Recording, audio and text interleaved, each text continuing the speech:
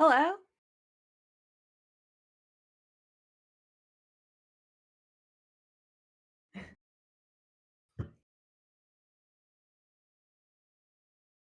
It's the software's fault. I refuse to blame you. I blame the technology.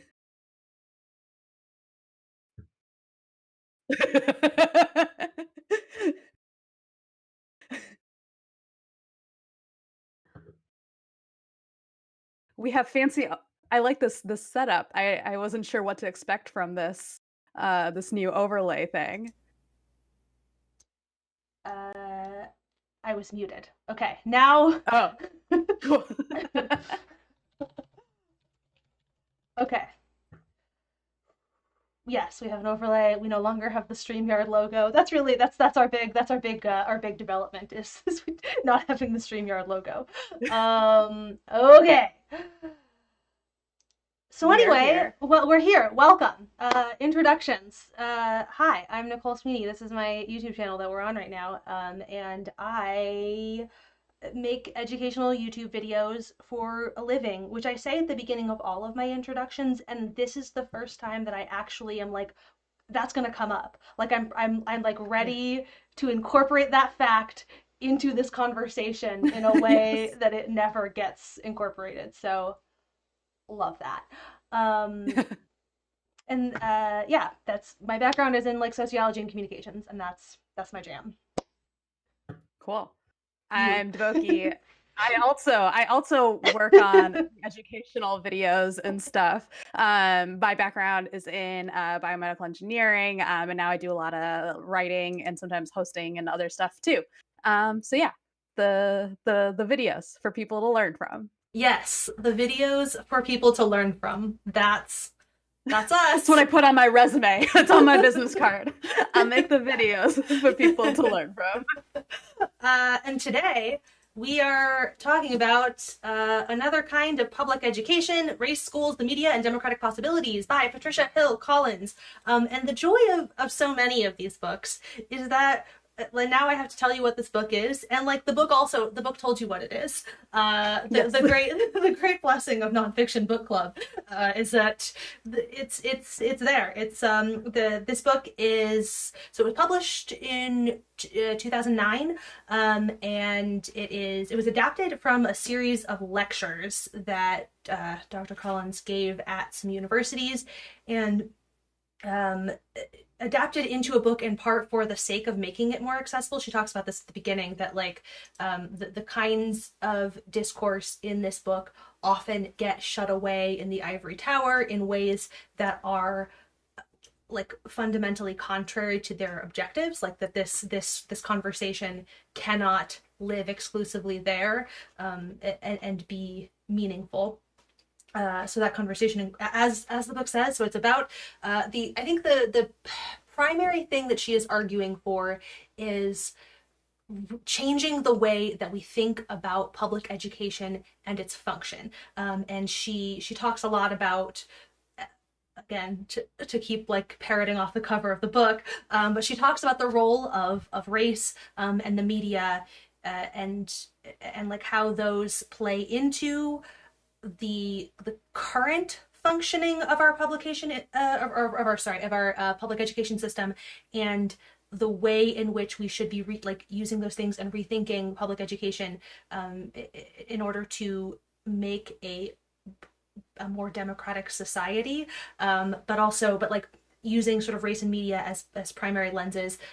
The goal is both to encourage more critical thinking, and like discourse, and also like fundamentally like anti-racist, as that being like that being essential to society actually being more democratic.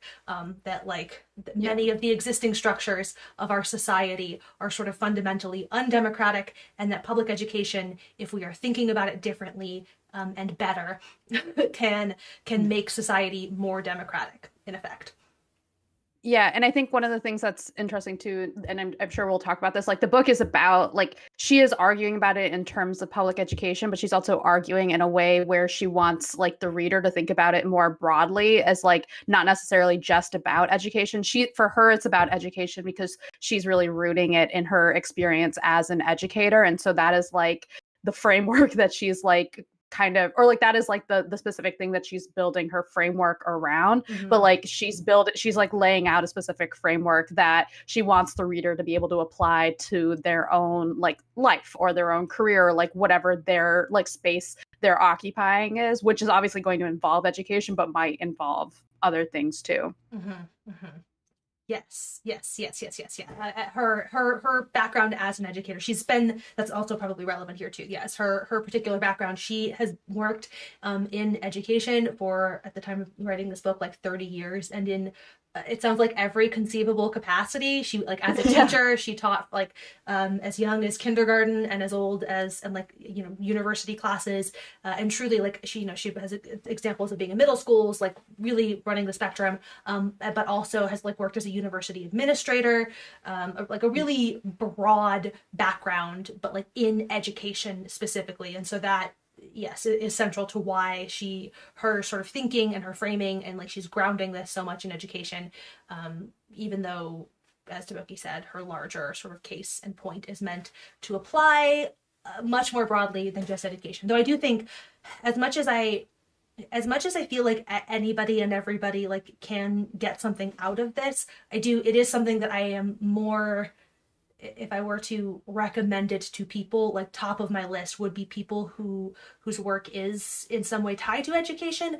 But yeah, I use that term extremely broadly to say that I also include like the sort of edutainment stuff that we do in that, like in under that larger umbrella of like people who deal in education. I mean, I guess because the thing that we are doing is sort of fundamentally at the intersection of like education and media, so it makes sense. Target audience for a good chunk of this book. So yeah, so that's what the book is. There's so much to talk about. I guess that's like the gist of it. There are a couple of sort of like key things worth discussing. Her big theoretical framework that she introduces, I think in the second chapter, maybe it's in the first chapter, I forget, but that she sort of keeps revisiting, is what she calls the domains of power framework. And she has sort of it's like a little grid, but the four frameworks are, and these are the like domains of sort of existing power, and so some of it's like right now she introduces it first to talk about where power is currently situated, and then she kind of keeps revisiting it in terms of like, so first, how these spaces of power are used to like control, and they're used to like, I don't know, nefarious ends, I guess, and then she keeps revisiting it as a like, how do we resist those systems from within these like four domains of power. So the four domains of power being the structural domain, which is institutional structures, the cultural domain, which is like ideas and ideologies, the disciplinary domain, which is organizational practices, and surveillance. She talks a lot about surveillance later in the book, and that's like where that lives. And then the interpersonal domain is relationships and communities. Yeah, I have set it up. Is there anything else we need to cover? I think that's the background that is necessary. Yes. Yes, I think that's like the main thing to like that like kind of sets up what she's talking about and how she's breaking down a lot of the different ideas in her book. And I like really appreciated that, because I feel like this is a thing that like comes up in so many discussions online in so many different contexts, where like it almost feels like people are having like we're all trying to understand power. We're all having conversations about power and like things that are happening that are like discriminatory and stuff like that. But a lot of times, like where conversations go wrong, I think, is sometimes people are talking about maybe like two different aspects of power and like not necessarily like having the same conversation. And I liked the way that this framework that she gave for me like gave a little bit of structure to like, okay, this is kind of like where these conversations become like frustrating, because you might be like mad at one part of a thing that's happening that's like really about something that's happening structurally, and like other people are breaking it down. And I think she actually uses this as an example, the way that people turn that into like a focus on the interpersonal stuff, like where it's like about like, I don't think I'm racist, like that kind of stuff, like that kind of interpersonal interaction, where it's like, no, but like I really want to talk about the big picture like structure thing that's happening in this institution. And then like vice versa, like other ways that these conversations all get kind of collapsed into one in a really unproductive way. Yeah, and that she talks of, yes, the idea of like having the conversations more productively is also really central to like the whole sort of argument and what she's trying to lay out, because in the last the second half of the book, when she starts talking more about like how do you resist these systems and like how do we change these systems and whatnot, she talks a lot about that too, as like the understanding the differences is also important to being the most productive, and like the space, the kinds of tools that you have available to you, or like the best choice for you to be making will vary from like tremendously from person to person. And so understanding the like very distinct kinds of power at play and where you exist within those spheres is useful for being able to understand how you can be like productive, like how you can actually do things. Yeah. Okay. I don't know, where should we start? We have several things here. I guess we I think like the other big thing is the colorblind racism. Like that is like the other, like, so there's this like big structure that she's laying out in terms of like we have these domains of power, and then the other big element of like the conversation she's having is about like what colorblind racism looks like in America. And she also talks about it along these different domains of power, and how because like, you know, like racism is bad now. Like I'm very much putting that in quotes, because like the racism still keeps happening. But like the way that the racism happens, it like it's different because of like the social and legal parameters around it have changed. And so she like really lays out like, okay, like we have this like, you know, this color conscious racism that was happening in America, and now we have a colorblind racism. And so like a lot of the book also becomes structured around like how do we kind of like see that, and how do we engage with it, and like also like later on how do we resist it in whatever capacity like is available to us. Yes, yeah, that by taking like by again, yes, big air quotes on this, but like by in theory turning it into a space where like explicitly racist terms in the public domain are no longer accessible, it creates a very false veneer of like, okay, we did it, we got rid of racism, we did it. But like actually it has just been replaced by like there's she talks about a number of different things. So one thing being other sort of terms and concepts being stand-ins for that, and like zip codes is an example that she uses, like where you live. Like your zip code is a like can be a very fundamental marker of effectively the exact same things, especially because housing segregation has been getting worse and worse and worse. This book was published when I was in college, and I remember that being like a huge theme of the sociology classes that I was in too, is like basically I guess I have not been paying close enough attention to the trends to know what has happened in the last decade, but for sure a fun fact that I remember from college is basically that like housing in the United States has gotten like more and more segregated every year since that like the early 1980s, that like the trend has been towards segregation for at that time what is that, like 30 years, and possibly still now. Nothing leads me to believe that it's been reversing course, but I don't know, man. And like partially that is a consequence of this phenomenon where we say, okay, you can't talk about it explicitly, but systems are built that entrench the same phenomenon, even if we aren't using those same words. And so it's a good thing. So like, using other words is a thing. And then the other thing is like there are so many policies that are ostensibly race neutral, like, you know, cutting back government programs and whatnot, but like the impacts are consistently disproportionately like racial in their consequences. So government programs, like you're cutting a lot of jobs that were a lot of the jobs like predominantly held by like middle class Black people, and so like what, you know, the ergo those consequences are effectively racist. And so so like step one is being able to identify the racism in a system that swears that it's not.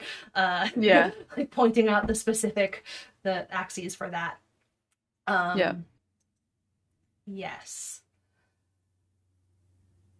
Anything else we should add on that? I don't know. I'm like, I feel like that's really set. Like we're laying out the baseline. I think like you mentioned that the book was published in 2009, and I feel like a big part of the experience of reading this book that like I'm sure will continue to come up is the fact that like she published this she puts this I think in the preface that like when this book was coming out, like it was like while she was waiting to find out what was going to happen in the 2008 election, which is when Obama was elected. And there is a lot of stuff in this book that feels both prescient for now, but also there are the moments where you're like, oh no, we did not figure that out.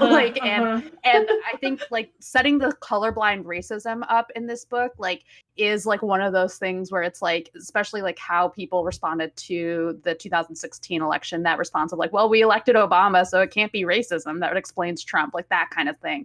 Like there was a lot of stuff like, oh, like I have a tab, like where is it? Or like page 35. First, the dignified, largely positive tone of the Obama campaign and its success suggests that the polarization of the American electorate need not continue. And I just like put on the side like, alas, like no, that is not what happened. But also like so that's not what happened. But like the flip side of that though is the ways that she's talking about like, to your point of, oh, we elected Obama, so like we fixed it, like that. There were so many articles in the wake of Trump's election that was like, well, he won this, that, and the other place that went for Obama. And it's like, okay. Yes. Yeah. Guess that means racism wasn't there. Racism went away. Just like the number of ways that the book like sets up like a lot of like what I felt reading this book was kind of like this time capsule of like the last decade. I had this moment like I was telling you when we were like taking notes for this, like where she's like talking about youth. Like she talks about youth a lot because obviously she's an educator. And there's one point where she's talking about how the youths of today are like the youths who grew up with the working memory of 9/11, like the people who can remember 9/11. And I was like, oh shit, that's us. Like we are those youths. Oh like, no. And so just like there's sort of an element of reading it where I was like, oh, so this is like what like the grown-ups were talking about like when we were like in school, like this is like what like this was like published like I think like I guess I graduated, but so it's like in college, but like yes, this is what the actual grown-ups were like wondering about what was gonna happen to us. And now it's like, oh, okay, so we can tell you now what happened to us. It's bleak and we're sad. Also, the number of times that she uses iPods to refer to mass media cracked me up because it's like, oh, smartphones, not a thing yet. Wait till you hear about apps. Listen, 2009. That's like I feel like everybody I knew had No, it was Blackberries. That's the year that Yeah. all of my college friends had Blackberries. The one year, the one and only year Yeah. that that was a thing. But anyway, yeah. Yes, like little things like that that obviously, whatever. It's like outside of the domain of her experience and expertise. Argument. Yes, and her actual argument. Yeah. Uh, that But yeah. it is, I think, relevant to our understanding of the book. Yes, yes, Because yes, yeah. it does shape the way that you like understand the things that she like was like accurately like foretelling, and also the things that like she's like I wouldn't say that she is optimistic about media. A big part of this book is being very like critical about media. Like that is actually a thing she is very much arguing for, is having a form, like having kind of like an established like habit of engaging with media critically. But like she like one of the things that she lays out is sort of like, oh hey, like YouTube's becoming this really great way for like kids to kind of like make their own stuff. And like I agree. Like I agree that YouTube has been great for that. But like it is also very hard to read a lot of the stuff that she's talking about this book in terms of like the big picture of like democracy and education in America and media literacy, and not think of misinformation. And it doesn't mean that this is a thing that's missing from her book, because that's like not what the scope of it was. But in terms of like laying out like what she like how prescient a lot of this book was, but then also what a lot of us just like didn't know to expect at that time, in terms of just like how like I mean, I think we could all expect misinformation, but to the scale that it's been happening at, like that is like it's a thing that's missing in a way where it's like, oh right, like that is a thing that has been just so destructive, I guess. And it's interesting too, because as I mentioned before, something else she talks a lot about that we haven't really touched on much, but is surveillance is a huge piece of it. And it's very, very interesting because she is talking about surveillance in a very specific like sociologist sort of way, and yet like everything that you are saying, this isn't really something that I thought about much while I was reading it, but what you just said, like the thing that she missed basically, like with all of that. So yes, YouTube is great because it's like the kids are now also creating the media too, but like also algorithms and surveillance, in fact, but surveillance of a very different kind than the kind that she is describing.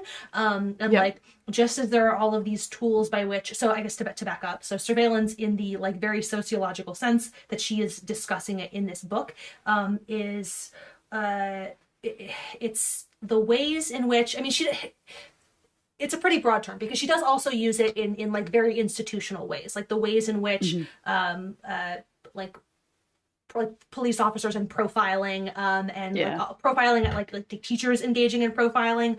So this is actually like, so following the thread down, right? So like the sort of most institutional version of it, I think that she talks about basically is like, yes, police officers and profiling, but then you take that down a bit and like teachers and like academic institutions are also engaging in those same kinds of profiling behaviors. And then like you take that down a step and like interpersonally, again, going back to like the domains of power, right? Like that is happening across the board, and like including like in communities, like in communities there is a level of like watching, essentially watching how some of it is assuming, watching people to behave in like deviant ways because of, again, like back at the top, like the profiling sort of examples. But then like within communities there's also a level of both watching people to, because you're expecting them to behave in deviant ways for reasons that are wholly like your race is not connected to like your actions, right? Like there's that. But then there's also sort of like within communities,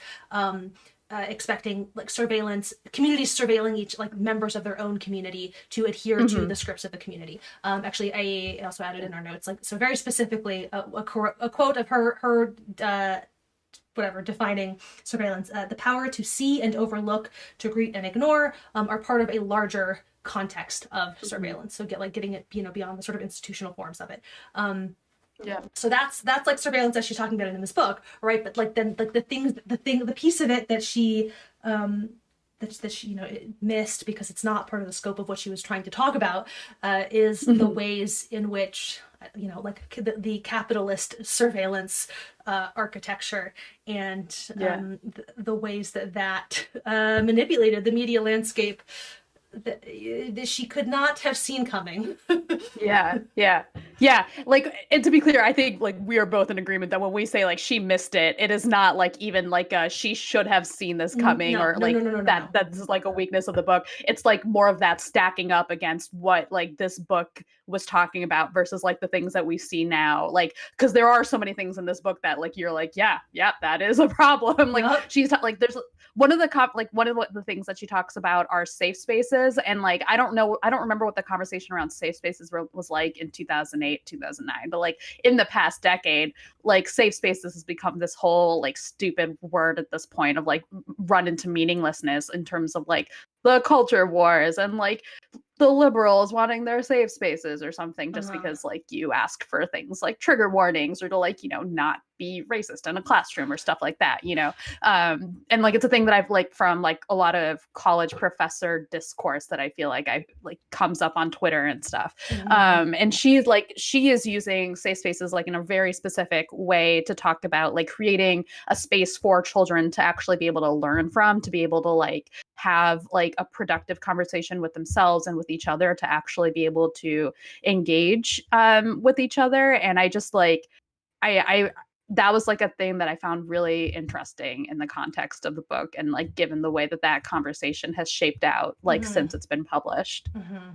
Yeah, she sets that up in a really like wonderful way, and it's part of as the book sort of transitions into, okay, here's like she starts out with very here's the lay of the land, and then like moving into, here is like where I think we should go, like here's what needs to happen, and like some examples of the possible to get us there, and Mhm. the her sort of model for an ideal, she again classroom, she talks about it mostly in terms of classrooms, but like it's heavily implied that like this is, you can carry this into whatever your field, like whatever you do, you can carry this Yeah. beyond education, but classrooms that are both safe and free is sort of her points. But so like when she introduces the idea of safe spaces, she starts out by locating it in physical space, but Mhm. then and like moves from there into the sort of, I don't know, like emotional and psychological pieces in a way Yeah. that was really really effective. And I think, yeah, just to everything that you were just saying, like has a level of nuance to it that has gotten lost in so much of the way that safe spaces are discussed on Twitter, in the larger discourse. But like this idea that, so like she leads with, you need to provide your school needs to be a physical space where your students feel like physically safe from like the stuff that Yep. is outside of it, and they also need to feel like safe inside of it. And then like she builds on that though in a way that makes it very very clear that it is about that idea that is so much, that is about so much more than like your physical body, that is in fact like Yeah. to feel safe from everything without, and then to also feel sort of safe and protected within, ends up being meaning a lot more than just no physical harm will come to you here. That in order to actually Yeah. learn and engage in like meaningful discourse, which is sort of the free half of it, Yeah. you need to feel like emotionally and psychologically safe as well. Yeah. Yeah, and like so much of that, like the like straw manny or like really bad faith argument against safe space is like, well, like the real world's not a safe space. And I like that like this book is just like that's not even the point. Like the point is just like you need to let people, or actually maybe that is the point. The point is that the world is not a safe space. So like that is why you need to create them. Like you Mm-hmm. need to be able to actually construct that for students so they can like learn. Like that Right. is like important to their learning. Right. Yes. That like that should be part of your job, as a teacher. There's a lot of that like, I really did enjoy a lot of sort of, she acknowledges throughout that there are ways in which like teachers are employees, and so they are beholden to structures in certain ways in terms of like their ability to keep their job, and so sometimes it gets complicated, but Yeah. at the same time she's also at several points like, but really your job, like the kid, like your students should be your job first and foremost, and Yeah. so like you should be willing to maybe put yourself a little bit Yeah. Yep. out there to do what is right by your students, which, yeah, I enjoyed and appreciated those little moments. Yeah, that's like there's this like ongoing tension that she kind of like talks about a few times between this idea of like buying in and like opting in versus like fully selling out. And like there is this sort of like it's not a fully realized conversation in part because I think like there is not actually like a clear cut answer, but there is this conversation of like, can you do one without like actually like can you buy into a system without selling out? And I think like one of the examples that she uses to kind of get to this, but I don't think she really fully gets there, is the dress code stuff. There's this whole thing about like she had this like teaching assistant who like was wearing something that was kind of revealing, and then she was like, you know, maybe you should put on something else, and so that's like not distracting to the student. I don't know, it was like a very weird example. And then there was like another example of like a student who was like being constantly targeted for dress code violations, and like she even says like, you know, like the school is not really like doesn't seem to really be assessing like why does this Black female student like keep getting targeted for like dress code violations. But then like to her this is all part of a different story of counter surveillance, which is this idea I think of like if you are the one who is like powerless or like has less power in a relationship, how you can watch the person who is watching you and like learn from them. Like there's like this is like I think she kind of like frames it as like reading social cues as like a form of literacy. And I think that is like her argument, I think, which I don't know if she like fully says this, but this is the way that I interpret it, is like almost sort of like an element of like picking what your battles are and like figuring out how to like read those social cues for your own benefit. And I don't know if that's exactly what she's saying, but that's the way that I'm reading it, like, and like kind of against my experience as like a brown woman who has like worked in a lot of very white spaces. Like that is kind of like what it felt like. And I don't like I get it, but I also don't like want to agree with it. Like that is like where I'm at with it. Yeah, I mean, yes, I got a very similar sort of read. My like note in the margin on that was basically like that whole bit was describing code switching, basically, was like where she was getting Yeah. like what like at the end, like the end. She calls it like straddling, I think, too, Yes, or like yes. Yes. The and like that larger sort of thing, okay, cool, I get it. And like this idea of also that like the counter surveillance thing, both being like a thing that an individual thing, and she also kind of touches on that as being sort of a community thing, that like that there are ways that you can like teach other people in your community to engage in that and like that kind of counter surveillance, which in theory is like I guess what she was trying to do with her TA. Like that's the idea. I don't know, but like that example was it was just gross, especially like she sets it up as you should really change because you're going to distract the students, like that, or like in her, that's not what she says to the TA, but her she begins it as I needed to make her change because she was going to distract the students because her boobs were so big. Like almost exactly like that's how the example begins. And I was just like, oh, okay. And then the TA is like, oh, don't worry, I have a sweater. And she puts on a sweater, and then she's like, but the sweater was very tiny, so I didn't quite get there. And I just was like, okay, so nothing. And then later in that same page, she gets into, yes, like the dress code example, and it's they found her clothing to be sexually provocative, yet they could offer no clear reasons for why that was so.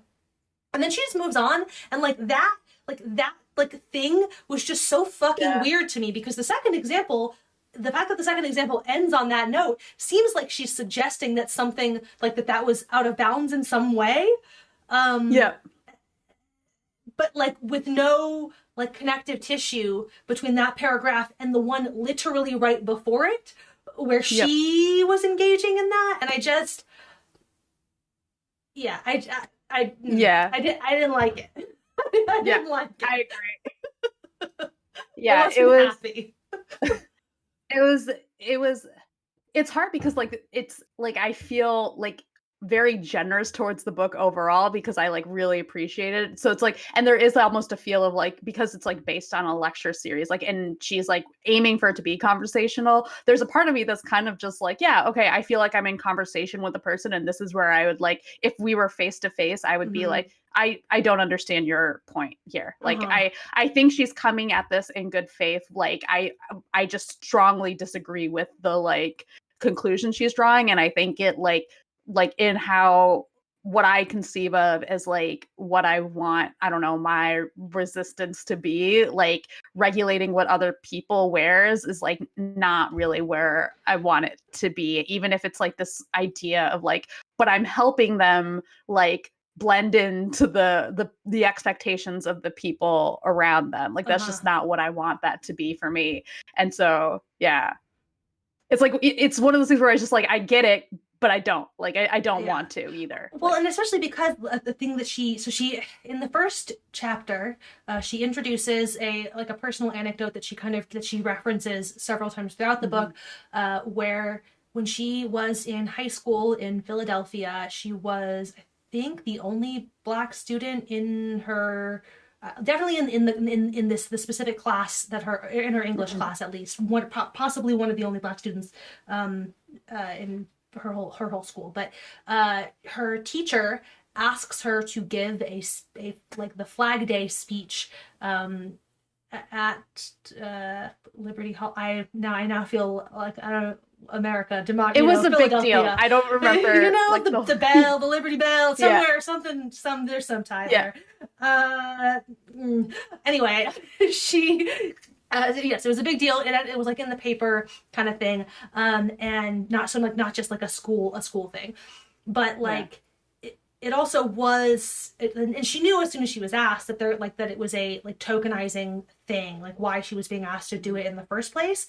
She had to like write the speech and have the teacher look at the speech. And her teacher read the speech and was like, no, you can't give this speech because it's not like it is insufficiently rah America is great.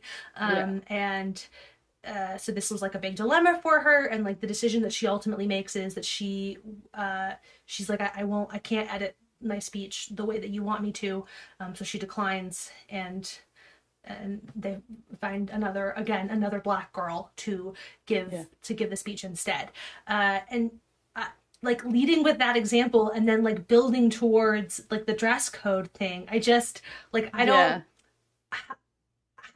how do you I just have like such, how do you not see what I see? Like, feelings about it in terms of the connection. Yes, I think that the Flag Day example is absolutely infinitely more egregious, to be clear. But like the intellectual thread there is, like to me it feels so clear that it is getting towards the point that you were just making about how it is saying that no, you need to like conform, rather than changing the structure. You should like mold yourself within it in a way that's like, but your whole point is that we should be changing it. So why? And I think that's like why her initial framework is really important, like that like 4 domains, because I think that gets to like, okay, well, what domain are we working in? Like, we're not working in the structural one at that point. We're working probably like more either interpersonal or like what's the other one, like disciplinary, like that's like it's like where you think of what you're doing, like, because she's couching all of this in like counter surveillance, like that is, and if that is your aim is to like create a form of resistance, like by, well, so that's like where it like holds up for me, where the argument doesn't go anywhere, because it's like, well, like what have you resisted at that point, or like what is counter surveillance done for you if, and I think she does kind of ask this question, but like, and again, I don't think there's a satisfactory answer for it, which is why I think a lot of this book is like aiming towards like, this is kind of up to individuals to see how it's going to apply in their personal lives. But like there is a big question of like, okay, like, so you've made it, now what? Like to me at least, like okay, I've successfully achieved this form of like reading the social cues, and I have successfully succeeded in like in it having done that, like but now what? And like that's where like a lot of this like stuff that I've thought about like in the past year, especially like after a lot of the Bon Appetit stuff happened, like where they were talking about like a lot of the toxic workplace stuff that was going on, and it was like making me think of like a previous place I had worked at where there was like kind of like, not to that extent because it wasn't like as big, but it was just like, you know, there was like stuff in terms of like pay and like disparities and stuff where like my mentality from like the way I grew up and like the way I like gone through school and everything was sort of like I know when to pick my battles, but it was like other people who were telling me what they were getting paid and stuff like that, like doing those like specific actions that like made me realize like, oh, like this is actually really deeply shitty. Like I actually should not like tolerate this and like not deal with it, and like continuing with that mentality is not going to change this environment overall. And so like, yeah, that's really what the dress code story like made me think of as sort of like a, well, like, yes, you can pick your battles, but like when is it like that you're picking a battle that is good, and when is it that you're picking a battle that is just gonna like, or when is it that you're avoiding a battle that's just gonna like continue a shitty situation and make it worse. I do think that it is very much to this book's credit that like getting that where that argument is, where that comes up, the dress code example happens, like the everything that we are saying as like, here's why this is bad, is, I mean, certainly these are thoughts and like and feelings that I brought into this book before I even opened it. However, most of this conversation is actually very much within the framework set up like by this book. And like this it is interesting to think about the way in which this conversation is actually precisely like it's what she wanted to come from this. Like this is it. She gives a really great example of a thing that she did in terms of like the media literacy and like critical thinking sort of goals of the book. She gives an example of an activity that she did with her sixth graders, lie detector, I think. So she'd give a 10-minute speech on Abraham Lincoln, but she told the kids in advance that she was going to tell them 3 lies, and whenever they thought they spotted a lie, they were supposed to raise their hands, and every time anybody raised their hand, they would stop and discuss like why they thought that was a lie, and like they would have a whole sort of conversation. And the whole point was basically to teach the students that like that they essentially to introduce them to the idea that they should be like listening to not assume that, you know, just because I am an authority figure that you should accept everything that I say, you know, uncritically. And so this exercise feels very much in the spirit of the book, and it is only because the book is a fixed medium that they're we can't actually have this conversation with her, but like this as much as that moment did make me go like have that big like record scratch thing of like, I'm sorry, what? This conversation is also like the point, like this is like the whole point of the book in many ways. So, you know, definitely, I gotta give it that. Like the we didn't even like talk too much about like the media literacy section, but like that is a big crux of like the book, is like not just like education in schools, but she's like recognizing like, okay, like media and YouTube and all of this stuff is becoming bigger. Kids are like consuming stuff like teaching, like giving people the tools to engage with their media critically is like important, both from like a literacy standpoint, but also almost like as a form of personal protection. So like people, like especially if you are someone who is coming from like an underrepresented minority, like that kind of thing, like understanding the ways that your stories are being told, or stories about you are maybe even commodifying you, or like being put out there, or certain images. And she's talking about this specifically with like Black kids, so like both Black boys and Black girls, and like a lot of stuff there. But so it's like going to manifest differently along different lines, but the importance of being able to like assess that and being able to think about it, which like given the way that we talk about like reading critically or engaging with media critically on booktube, and like the way people will like be very dismissive about that sometimes, I was very much like, yes, this is the point. This is for your own good. Yes. All of the like media literacy and like critical thinking stuff was super, super interesting. I think the dress code thing was one of, there were like 3 big moments that like I actually stopped to flag because they gave me that level of like, I'm sorry, what? For like really different reasons. The dress code thing being like top, that was the top one. But like in spite of, so my feelings for the book are actually overwhelmingly positive. However, I think that it is like those three things to me feel like actually sort of like fundamentally useful entry points, because of the way in which she is setting up a sort of this like, I don't know, like dialectical framework. Like the goal is like you have a conversation. So it is like with respect to the book that I like moving through my list. The first one, and this is an example of something that I think happens a number of times in the book, where she is building towards, and like the dress code example is also like relevant to this. She's building towards an argument that I think is also like interesting and compelling, but she sets it up in a way that is just like, no. And like, so my very first sort of absolutely not moment is when she's introducing the idea of polarization.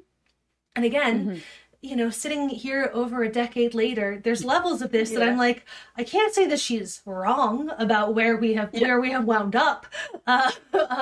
That's, you're right. However, she sets it up in this way that's very,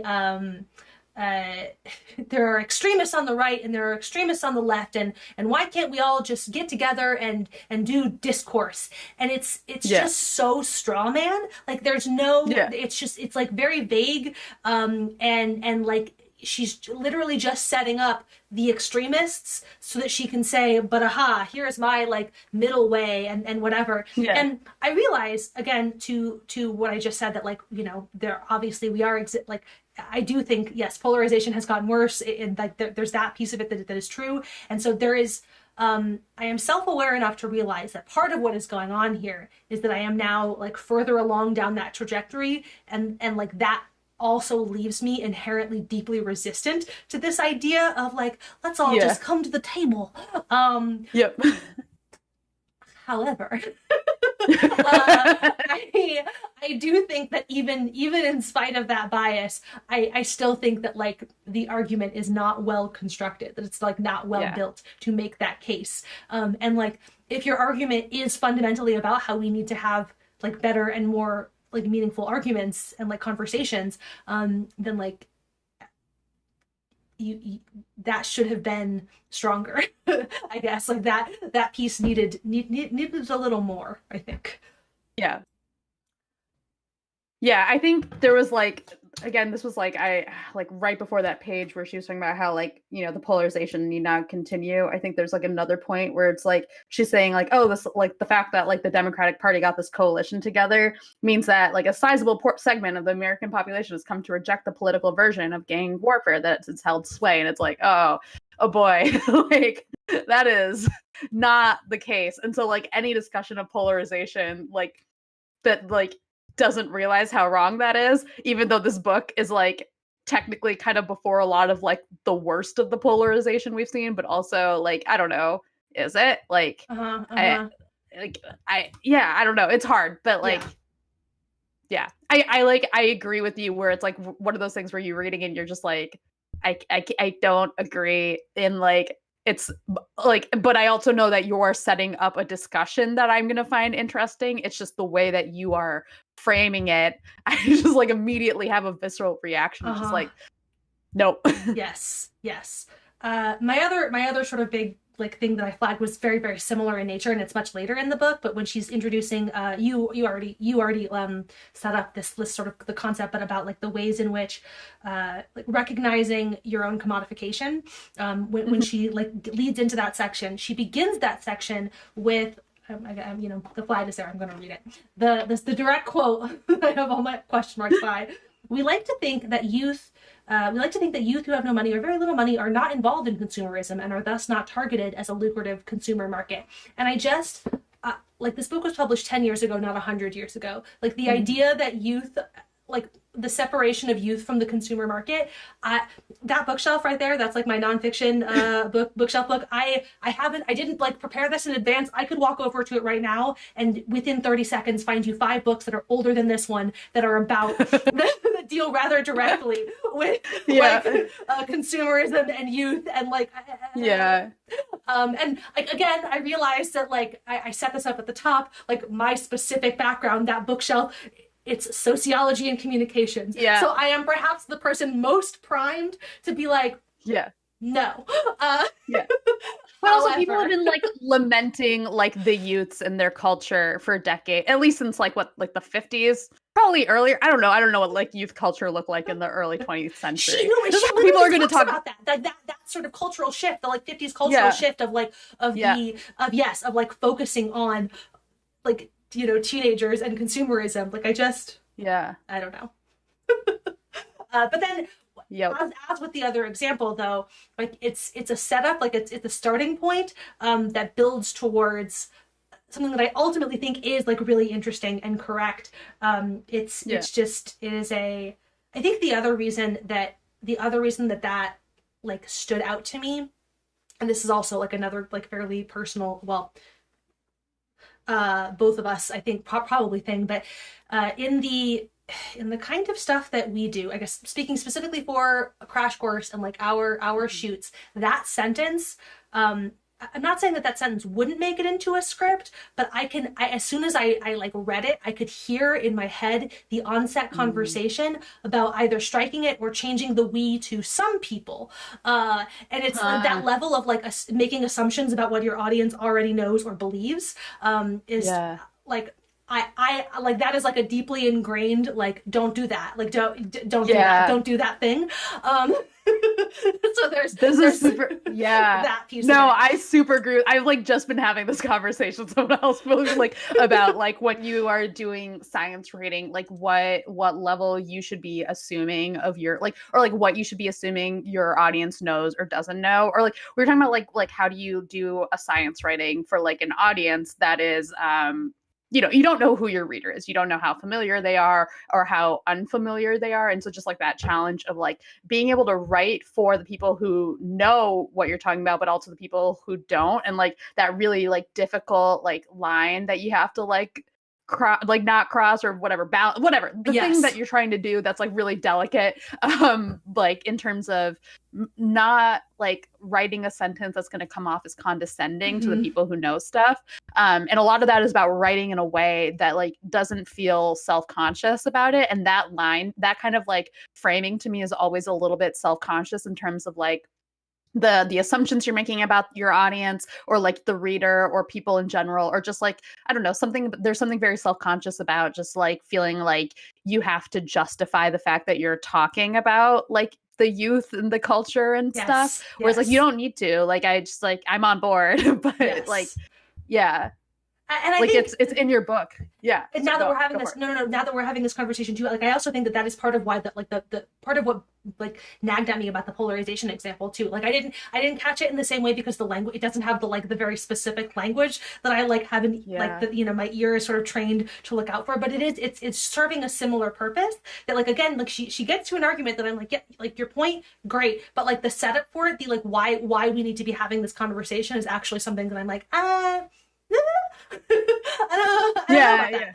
And I think I again think that all of this is super, super interesting in terms of the goals of the book. Like this all still feels deeply and like entrenched with and in support of the larger goals of the book.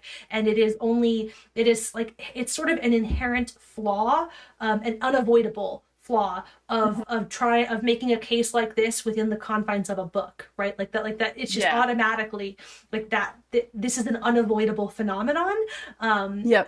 That I think is super, super interesting, just on like a meta level, right? That like, even though the book doesn't ever actually acknowledge that like this sort of basic fact, this inherent tension, it is ultimately like about it.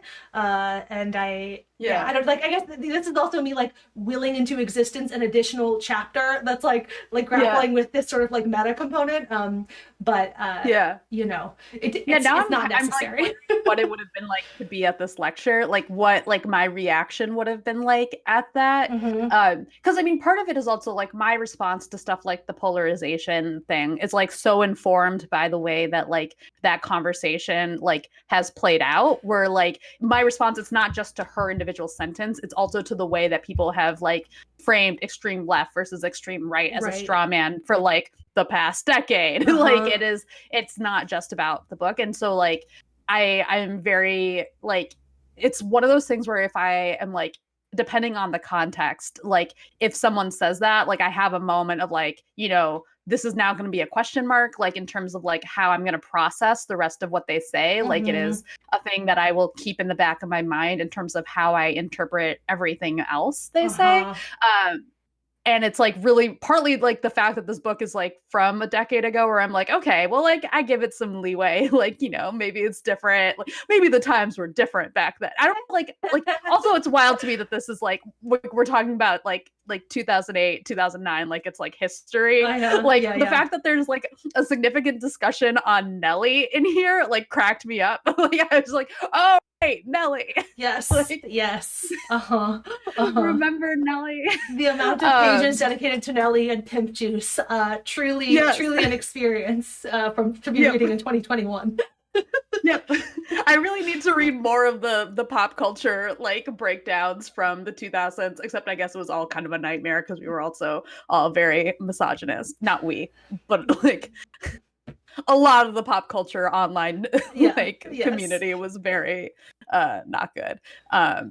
Anyways. The nostalgia of this book is now a factor that I'm like taking into consideration. Yes. It's another like big thing. It's also just now just going off on like weirdly like on personal tangents. But when she's talking about the argumentation stuff, I don't know. Later in the book, I'm trying to think if I can remember when or where or how it came up. But there was something that jumped out at me. She was talking about like discourse and how. So like the bad thing, the thing that we should be avoiding doing, and the way that like the bad for democracy way that we think about like arguments and discussions and debate. Thank you. I was like, what is the word that I'm looking for?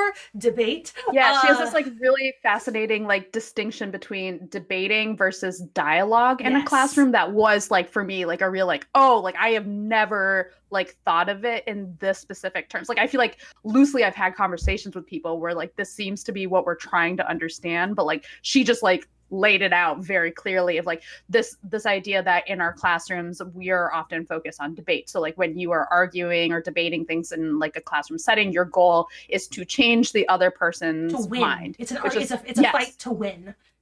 Yeah, whereas what she's arguing for is for dialogue. The goal is not to convince the other person. It's not necessarily even to change your own mind. It's to listen to them and use what they say to understand your own position more clearly, which I was like, right, that thing. Yes.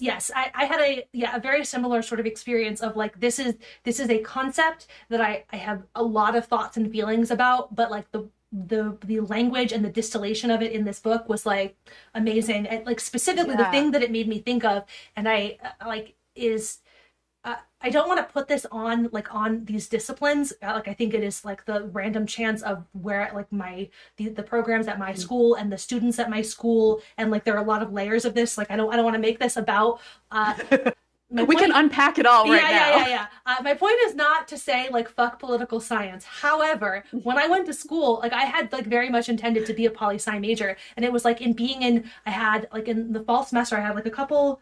My freshman year, I think I had originally only enrolled in like Soc 101, and I was taking several poli-sci classes, and like at the time, like I for many years had described it as like the reason that I said no, like I didn't want to do this, and like sociology was like getting at the thing that I wanted to be doing. It was that like I hated political science majors, and it was like all the kids in those classes that I was like, I cannot sit here and listen to you for the next 4 years. But it was like that thing, like that was the experience that I was having in those classrooms. And like and again, like it's not like, to me, I don't think that the distinction is actually those things. Like it just happened to be like that the collection of people that were in those rooms versus the collection of people that were in the other, like the sociology rooms, it just happened. And like the teachers themselves, again, a lot of individual people, I think, like boil down to the distinct experience that I had, but that was the experience that I had, that like the poli-sci classrooms had this very strong debate vibe, whereas like my sociology classes were this thing of like empathy building and like and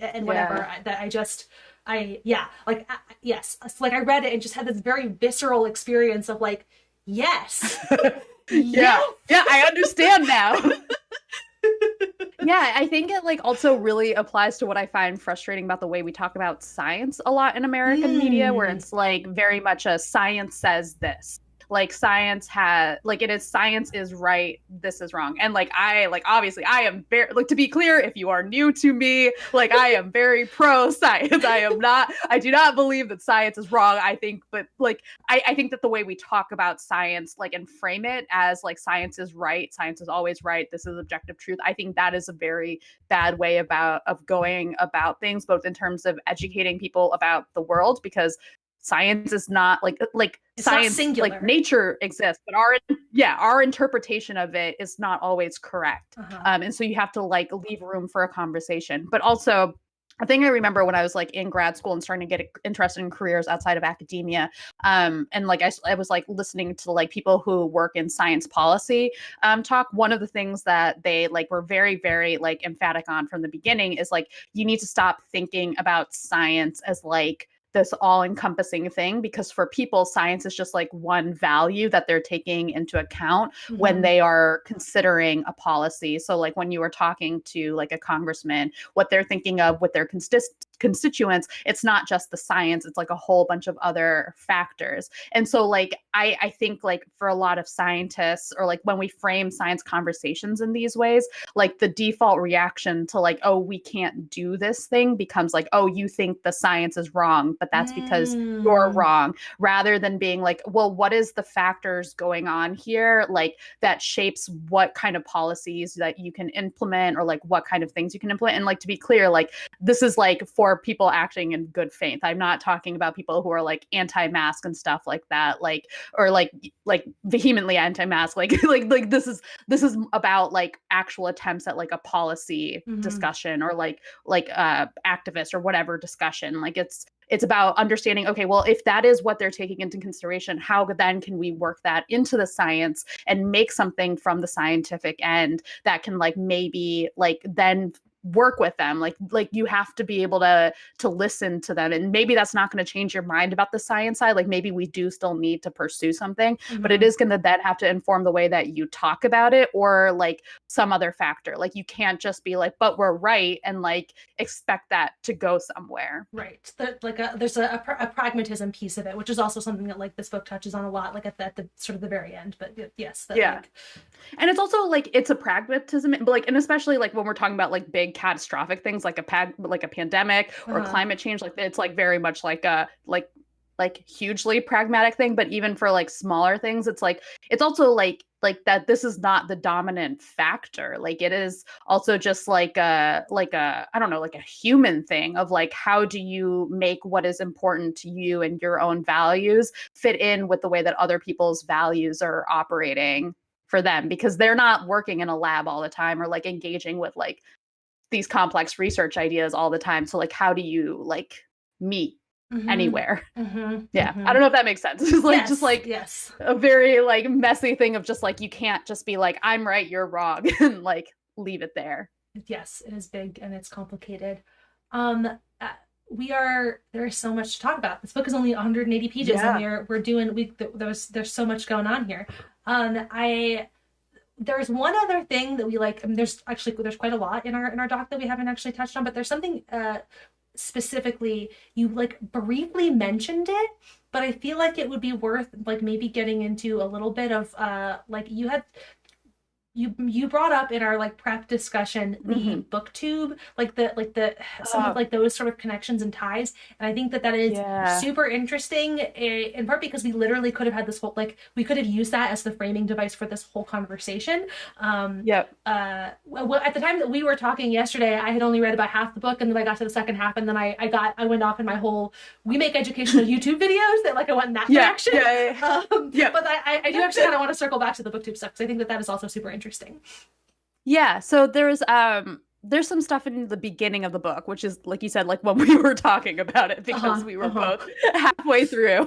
So in, in the beginning, when she's laying out these domains of power, she's got, again, just like for a reminder, there's like a structural, cultural, disciplinary, interpersonal domain.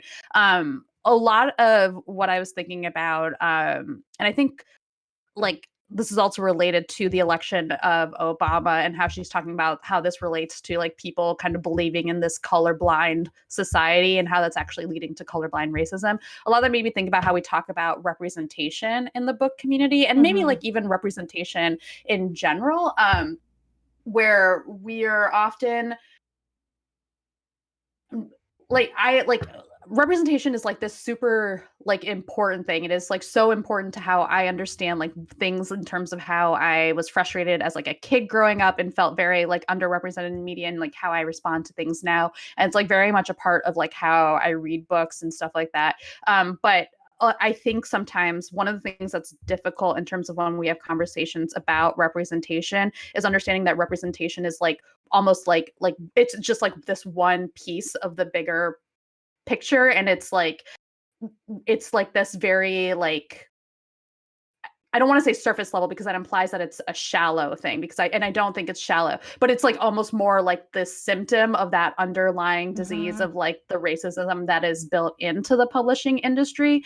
And so sometimes we get very then like, and I think about this a lot in terms of like the way that then turns into marketing and like how books get marketed and stuff, like how own voices got kind of like co-opted into a marketing term that then like really did the term a lot of damage, because like people started arguing more about like whether or not a book is own voices or not, because it was frustrating to see them get advertised as own voices when they weren't. And like I think it's super important to point that out, but like that has then become like this like frustrating conversation when we're having like when we're like wanting like all of this diversity in our books to have this conversation about the marketing terms, because like again the underlying issue is at the structural level. It's that like that industry level problem of like who are they hiring, like who are they, like how are they implementing their policies, who's designing their marketing, what books are getting the marketing, like what books are getting the heaviest push, like stuff like that. And so like turning to like a term like own voices as if that's going to like solve your marketing issues is like a big problem that is both like operating at that surface level but is like really representative of like that underlying structural problem. And also that like you can publish all the diverse books you want, but like if you're not giving the support to them, if you're not taking care of things like at that structural level, like you're never going to get there. And like this is something that comes up too when we talk about like politicians, like people like we're like I'm excited that Kamala Harris is like vice president. Like I'm psyched about that for like on a representation level, but like that is not going to be the same thing as me being excited for her on a politics level. Like that is something different, and how that connects to my own individual like values and wants with regards to diversity. Like it is super important for me to not get hung up on the representation side, because like the things that, and like this is even more so for politicians. And she has this sentence I think where she's talking about like making sure we're not treating our politicians as kind of like celebrities or something. I forget the exact word, but like it just, I was very like, yes, like this is the challenge of being both excited for the representation, but knowing that the representation does not solve the problem. It's the people, it's the actual people and how they operate in that system that is going to make things better or make things worse. I think that is what I've been trying to build to over the course of like my 5-paragraph essay. I mean, thank you for coming. I did ask you, I was like, just like here, like the last like minute or two here, could you just like please like lay out that really complicated and interesting point that you made yesterday? Thanks. It's my fault. I should have actually like been like, hey, what was it I wanted to say? I sprung that on you, and I apologize. But no, like that, yes, all of that. I thought that was super interesting, and like while we were here on YouTube having this bookish conversation, I just felt like that was I don't know.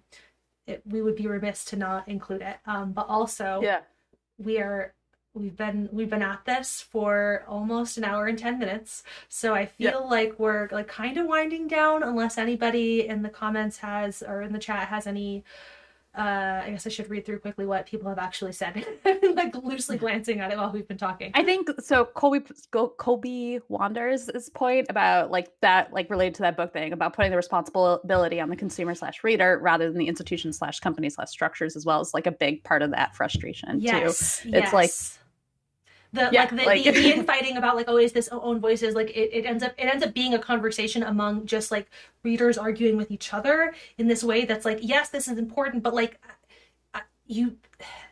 another problem person, is the like the problem is not this other person who like thinks, who is describing this book as own voices, or like, or whatever, like this individual level. I mean, like, yes, they are, as you said, they're a symptom of like the actual problem is happening like way up ahead of them on the chain. And like that's, which is why the media literacy is important too. Like, to the extent that we as consumers are responsible, I do think like the critical engagement, like, like it is important for me to be critical about how I am using those words, and like to assess how other people are using those words. So it's not like I'm saying like, and I don't think you're either, like, we're not saying like don't assess it at all, but like in terms of then what conclusions we're drawing from that issue.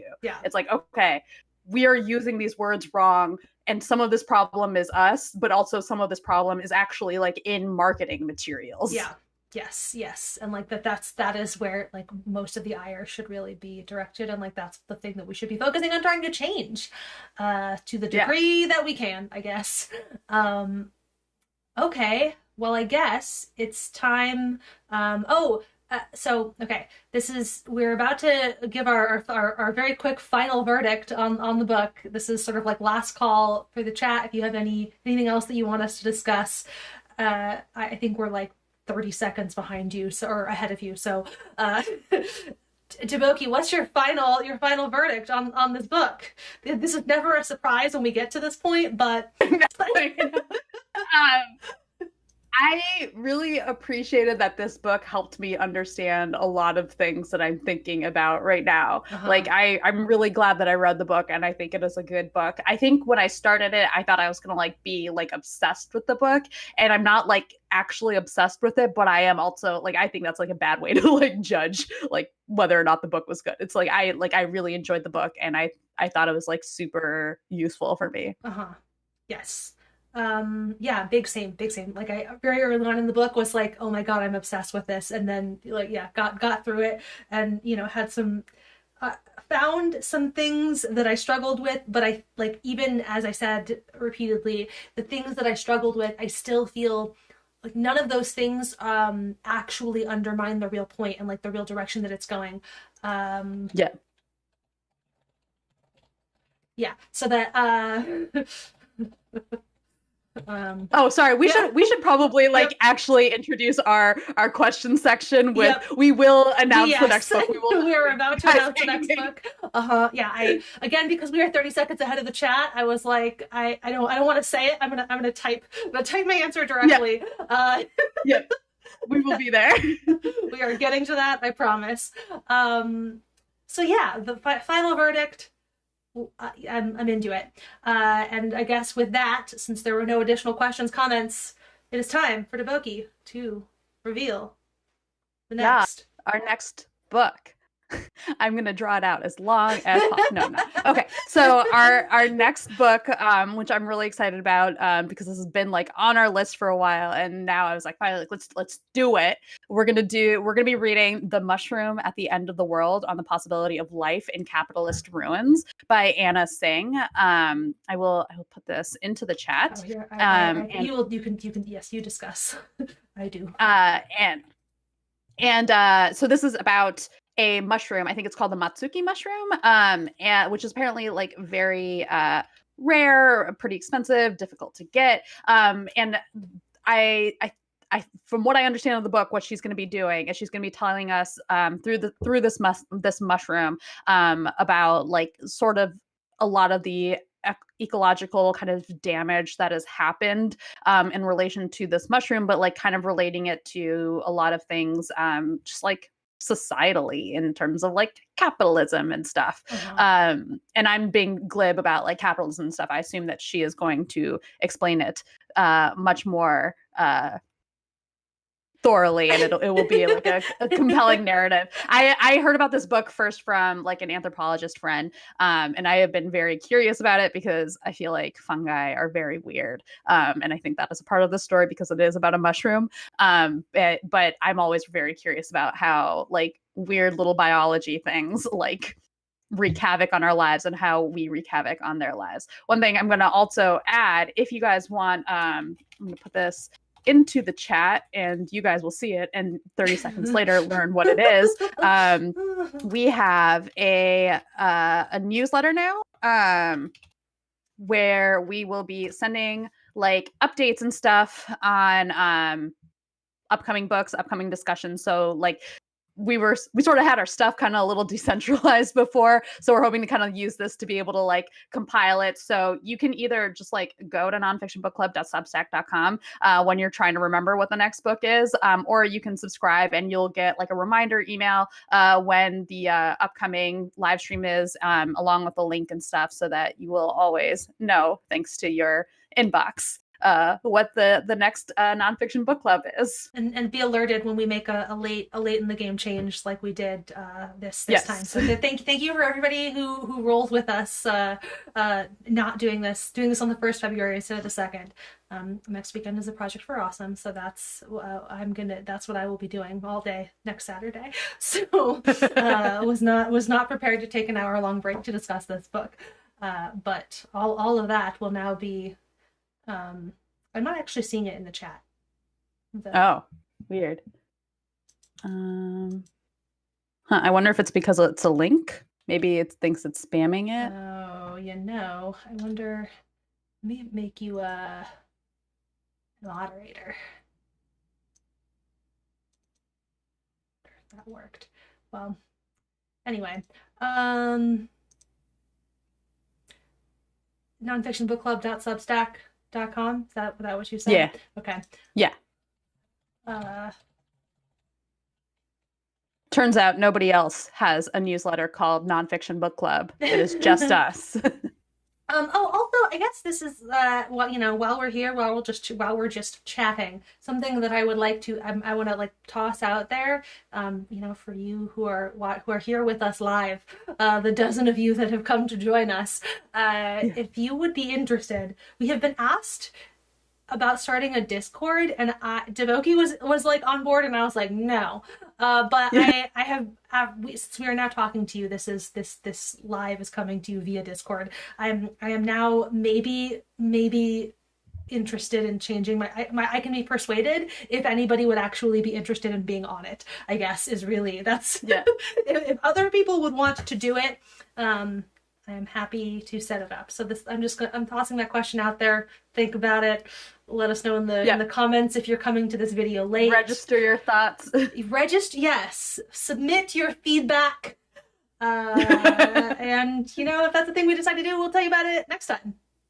Yep. Which is February 13th March 13th. March 13th at we have one vote in favor. March 13th at 5 p.m. Eastern Time, youtube.com/okidokibokey. Until then, thank you guys for joining us. Yeah, thank you. You're great. Goodbye. Bye.